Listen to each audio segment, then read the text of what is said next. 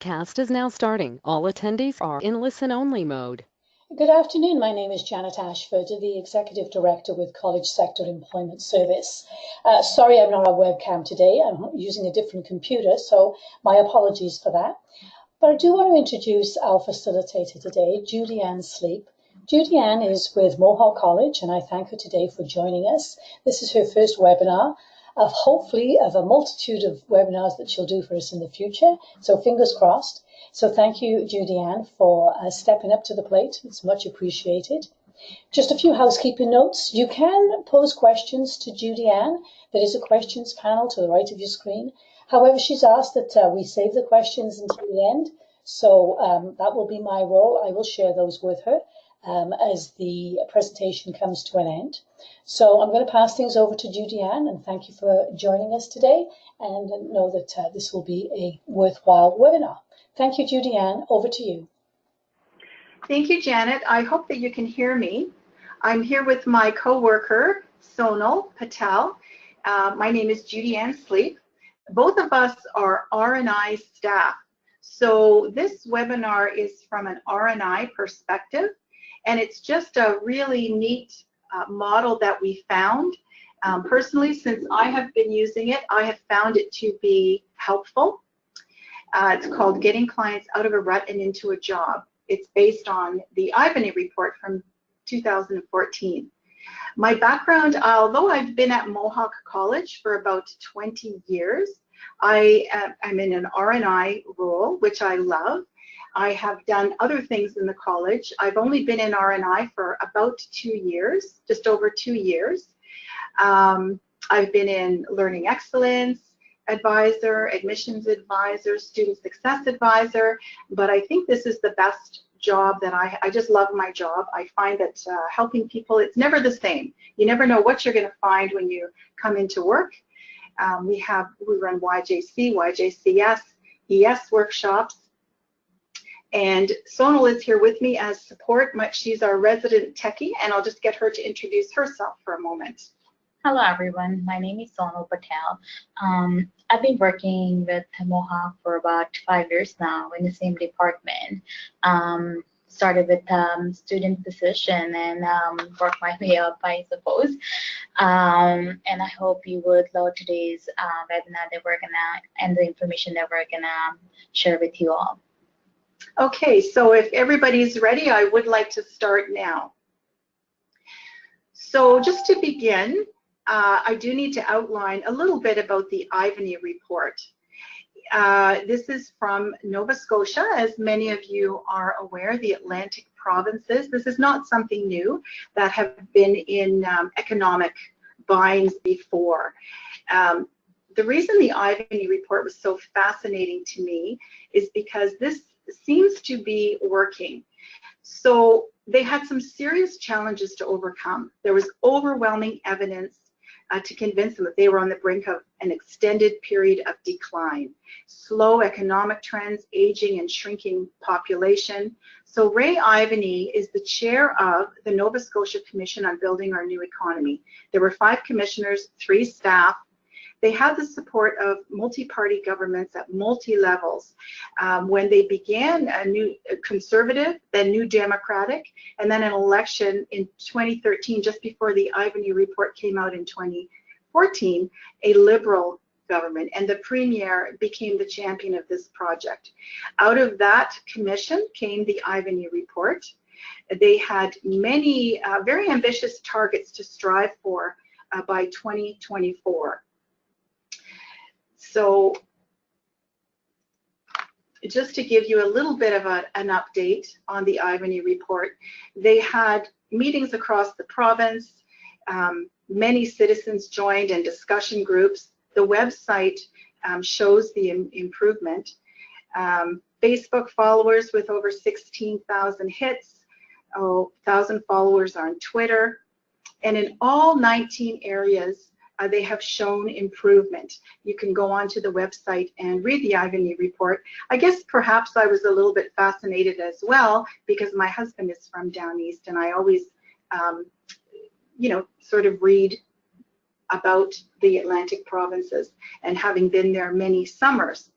So the 3 steps, or the three-stage model, is acknowledging and understanding the problem, getting the buy-in from pertinent stakeholders, and finding a shared vision with a view to moving on to goals for growth and renewal. You can see that this is very similar to the stages of career development, but it is quite a little bit different, I think. So stage 1, the step 1 is the problem, acknowledging and understanding the problem. A lot of times we think we know what the problem is, but we really don't. And a well-defined problem is half the solution. So prior to this webinar, we did send out a questionnaire. It was via email, and thank you very much to the people who responded. We were going to do an online questionnaire, but we just weren't sure of the technology. So the big theme throughout that came through with everyone's loud and clear was motivation as the biggest problem that we felt. There's also frustration with handing out resumes and not getting interviews but not the job, other external factors like family and health, which we all can identify with. We've all seen clients like that. The frog in hot water is an analogy. The frog is adapting to the environment slowly without realizing the harm they're in. So our resident graphic artist, Mark Tileman, kind of went with the frog theme, which I very much appreciate. This would not look as nice if he hadn't helped me. So I always think of that analogy, and I see some clients and fear that they may be just adapting into complacency, just not understanding how it is, how they have come to this lack of motivation. But we do need to understand our problem too, like what is our mandate? What are we trying to do? So we can also look at the attitude and the identity of being an EC client or a YJC or a YJCS. Oftentimes they do get attached to someone who's doing the workshop or find someone that they seem to attach to, and sometimes it's just shaking things up. We've got a lot of tools that we can use to help them acknowledge and understand the problem. We can use Holland codes, personality assessments, Johari window, career cruising. I put the power of the nudge, and that's one of the tools that I feel is the most effective, just giving them that nudge. Clients who seem to be stuck in a stalled or a negative pattern. So step 2 is getting the buy-in from the pertinent stakeholders. So we are actually stakeholders as well. If you think about, I mean, we have targets that we have to uphold. We're always striving for targets. So ECs, JDs, and RNI, we're stakeholders as well. And it's really important for us to work together to case conference and work together to do the best that we can for the client. Of course, the clients are also the stakeholders, and that's important to get the buy-in from them. So the Ivany report says if you want to make it to the finish line, you need to make it personal. I'm just quoting from the Ivany report. You have the assets and the opportunity, you can do it. It is about us, our courage, our imagination, and our determination to do better. Most importantly, we can do it ourselves. So when you see clients who appear to be stuck in a negative pattern, it doesn't mean that that's inevitable or irreversible. We're also stakeholders, and if we can show it, what's in it for them, what's in it for me, make it personal, help them find the value. Because they were stuck yesterday, they may be in a position to reconnect. If they can't do it alone, we can help them we can show them to resources. In the colleges here, I believe that we are resource rich. We can use other members of our team. ECs will often call us bring somebody into the workshop room, and we can help them. Just case conference to brainstorm some ideas with them. In the resource center, we can look over their resume. We can give them another mock interview. They're allowed to repeat workshops if that's helpful. We have some online workshops that we can help them with. We have some free online certifications through lynda.com. We do that by registering them through a GHOST course, and then they actually have a student number and can get Wi-Fi and can do some online learning to bump up their resume. That's especially helpful for new immigrants who kind of sometimes have to start from scratch with their resume. So we also have some referrals. We can do some informational interviews. We've got a lot of knowledge about job fairs coming up, networking in the community. One of the things we can do also while we're trying to help them is help them to not feel that they're alone. Helping them in practical ways, like instead of sending them links, giving them a hard copy of something. Asking them if they haven't followed up, we ask them to track their job searching, put it on a permanent, we do it old school, like writing down, or I guess on the computer and printing it off. And then we go back in and ask them, have you followed up? And if they say, well, I will do that later, we can say, would you like to do that right now? Would you like to step into this office and make that call right now? Sometimes those are the little things that kind of help them get the buy-in and show them that we are not without resources. Anthony Godwin is one of the ECs in our at our Centennial location, and I asked him if I could share his analogy of a pizza with you, and he said I could. So what he says to his clients is that we can give you the base, we can give you the pizza dough, and when you come into R&I, when you work and come to the workshops, you get some sauce, but the toppings is all about you. And what the employer wants to see is not the base with maybe a little bit of sauce on, but the employer wants to see the completed pizza, the whole picture. And I think I just love that analogy because it has helped people understand what is in it for them and helping them to find the value. So we also need to, unfortunately, to talk about what happens if you don't get the buy-in. And if they're doing everything they can to succeed, then we need to do everything we can to help them. And at some point, if you've realized that you are more interested or invested in their growth than they are, I'm just quoting someone by the name of Angela Hoyt, who is a JD. I was allowed to use this quote even though I've never spoken to her or heard it from her. She says, I will match your efforts. And I really like that because it shows that you're willing to meet them where they are, help them where they are, and you will do what you can to help them. I mean, it could be that they've chosen the wrong career path, or that their goals aren't realistic. But if they are not, and if so, you can go back to the what's in it for me stage and try again to have them visualize what could happen if they could secure a job, what their life could be like. I've even shown some of my YJC clients the math, what they can do with a full-time job or with a with their paying their bills and saving to get to their goals.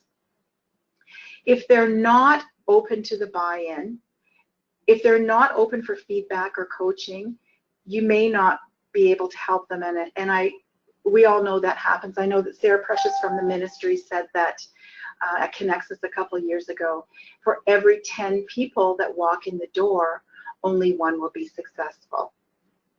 So I mean, this isn't a model that will work no matter what, but it is a model that I personally have had some success with. So for step 3, finding a shared vision. So this is, we may have to realign, readjust, or rejig. based on what the client has told us. We really need to take a look at their SMART goals. Are they truly smart? How is this person adapting to change? And remember that we're client-driven, not target-driven. Every person is unique, and if the first option doesn't work, we maybe need to try another one until you get them on board.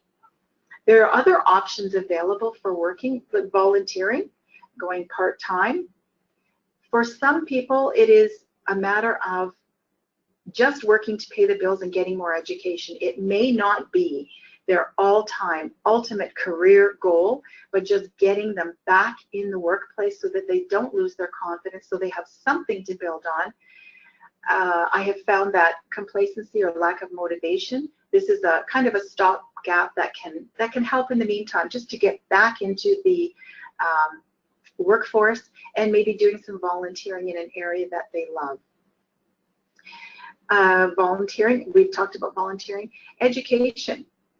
They may need to get some education for their ultimate career goal. They may be able to do some online free certification and mentorship opportunities.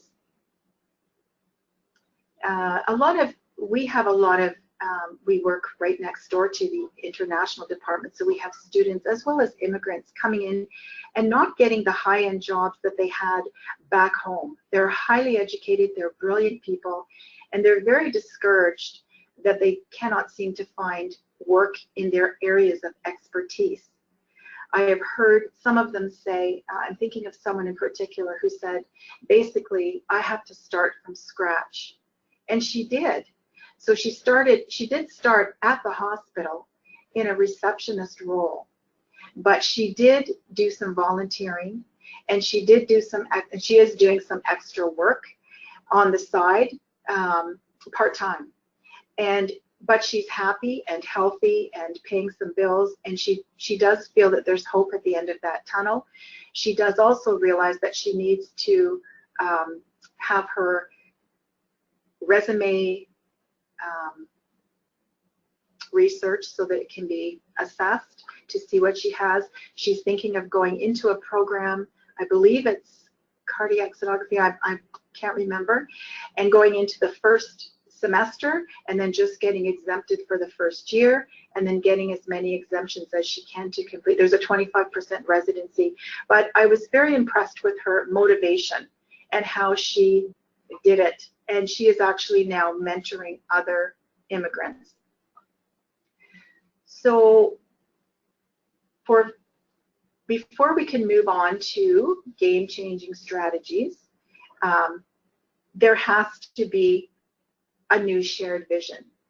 There has to be something that wasn't there before, and showing progress is a great way to do that. I always ask them, can I see your job search record and see what they've done? Vision boarding is a great thing. We've done it with our YJCs to help them keep top of mind their goals, where they're going, even if they may not be there right now. I just did an excellent PD course called Managing Me here at Mohawk College. It was just excellent, and it wasn't specifically vision boarding, but it was writing your goals out on this graph, and it's very colorful and very flowing, and they say to put it on your desk in vision where you can see it every day, and understanding that everything you do should be aligning with your goals. It sounds very simple, but it actually works for me. You can chart their progress, graph their progress. This can be done for financial before and now pictures. If it's something that helps them show their progress, that is something that can do. So, game-changing strategies. These are goals for growth and renewal. It's a clear, mapped-out plan for success. It may have been realigned, readjusted, or rejigged. It could be going back to we are not doing an action plan for any of our clients, YJCs or ES. That is not our role.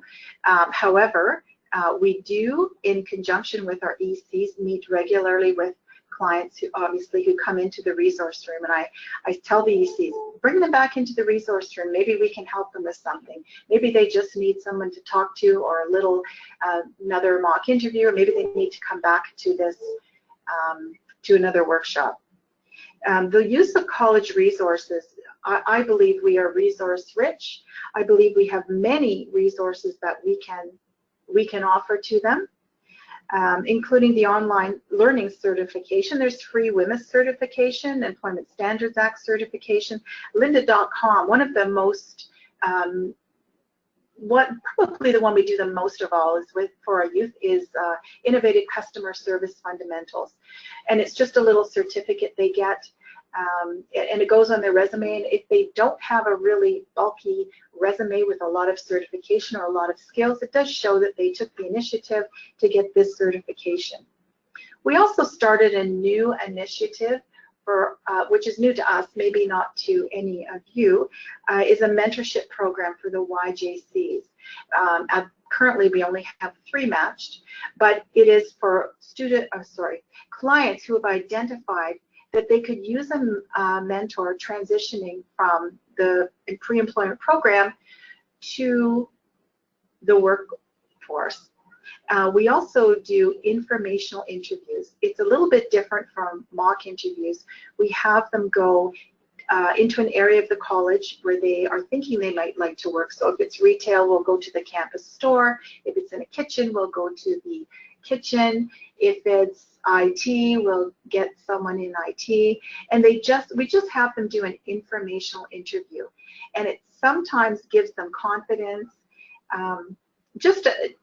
You know, I just think that every idea has potential, and because it hasn't worked in the past doesn't mean that it won't work in the future.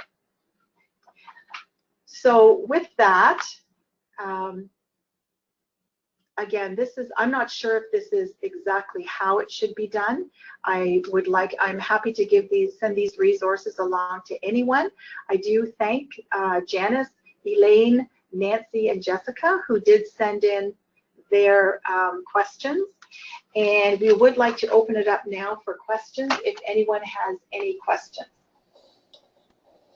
Okay, no questions yet, but that was certainly some good information there, and very enlightening. And I think sometimes it's good for us to hear things many, many times. And you know what they say about any workshop or conference. You know, you come away with a couple of nuggets, and it's been worth your while. So I really appreciate you, Judy Ann, taking the time to do this. So we'll give it a moment. So the first question that's come in is, what is the Johari window tool? Can I open up the Johari window tool? Can I? Okay, I'm just going to open that right up. I'm sure many of you have seen it before. They won't be able to see it. Oh, sorry. So it's a technique that helps people better understand their relationship with themselves and others. It's fairly modern. It's knowledge of self, what's known to yourself and what's known to others, what's known to you and what's not known to you, if that makes sense. I should have had that into the presentation, and I apologize for that. So known to yourself and what is known to others is information about you that both you and others know. Unknown to yourself but known to others is your blind side. That's what information about you that you don't know but others do know. And your hidden self is known to yourself, you know, but others don't know. And then there's the unknown self, information about you that neither you nor others know. So if you're using this, it's helpful to use other tools to get that to become self-aware. Yeah, does that make sense? Yes, yeah. So we haven't. So your clients would do this, or you would do this for them, or with them, or when do you do? Yeah, we use it in one of our workshops, and it's just so we put on different facades and what we avoid and what we hide from others, and then what we have in the public. So so your personality, in other words, it may be helpful. None of these tools would be perfect alone to determine a career. However, together, to know more about yourself and how I'm thinking about someone who, I have a client now who is overconfident, and I have to tactfully kind of help him to see how he appears to other people as overconfident and maybe bragging a little bit in a nice way. So this is just a tool for me to kind of show him. And then, of course, personality comes into it. And it's just a tool to help know yourself and how others may see you. And it's used in conjunction with other tools. And if there's anybody out there that can explain it better than me, please go ahead. It's just a tool. And it might be helpful if they're stuck to kind of see where they might where they might, what am I trying to say? Where they might shine, I guess. So they might be better in an avenue that is maybe presenting, or they may be better in an avenue that is not dealing with the public as much, if that makes sense. Yeah, I think you've explained it, and let's come back with a thank you. So I think okay. it's explained. Yeah. So any other questions? We'll just give it just 1 or 2 more minutes before we call it a wrap. This has been recorded, and in due course it will be up on our website along with all the other webinars. So feel free to go back if you wanted to revisit some of the information that Judy-Ann has mentioned.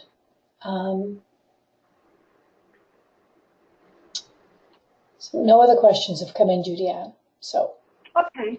Thank you very much. It's been a pleasure having you facilitate for us, and I hope people are taking away some good information that they can digest and use on their clients, because we all need help in that direction. You know, we as well. Thank you so much. You're welcome. You're welcome. Okay, thank you everybody for participating today, and look forward to you joining us for our other upcoming webinars in the near future. Thank you.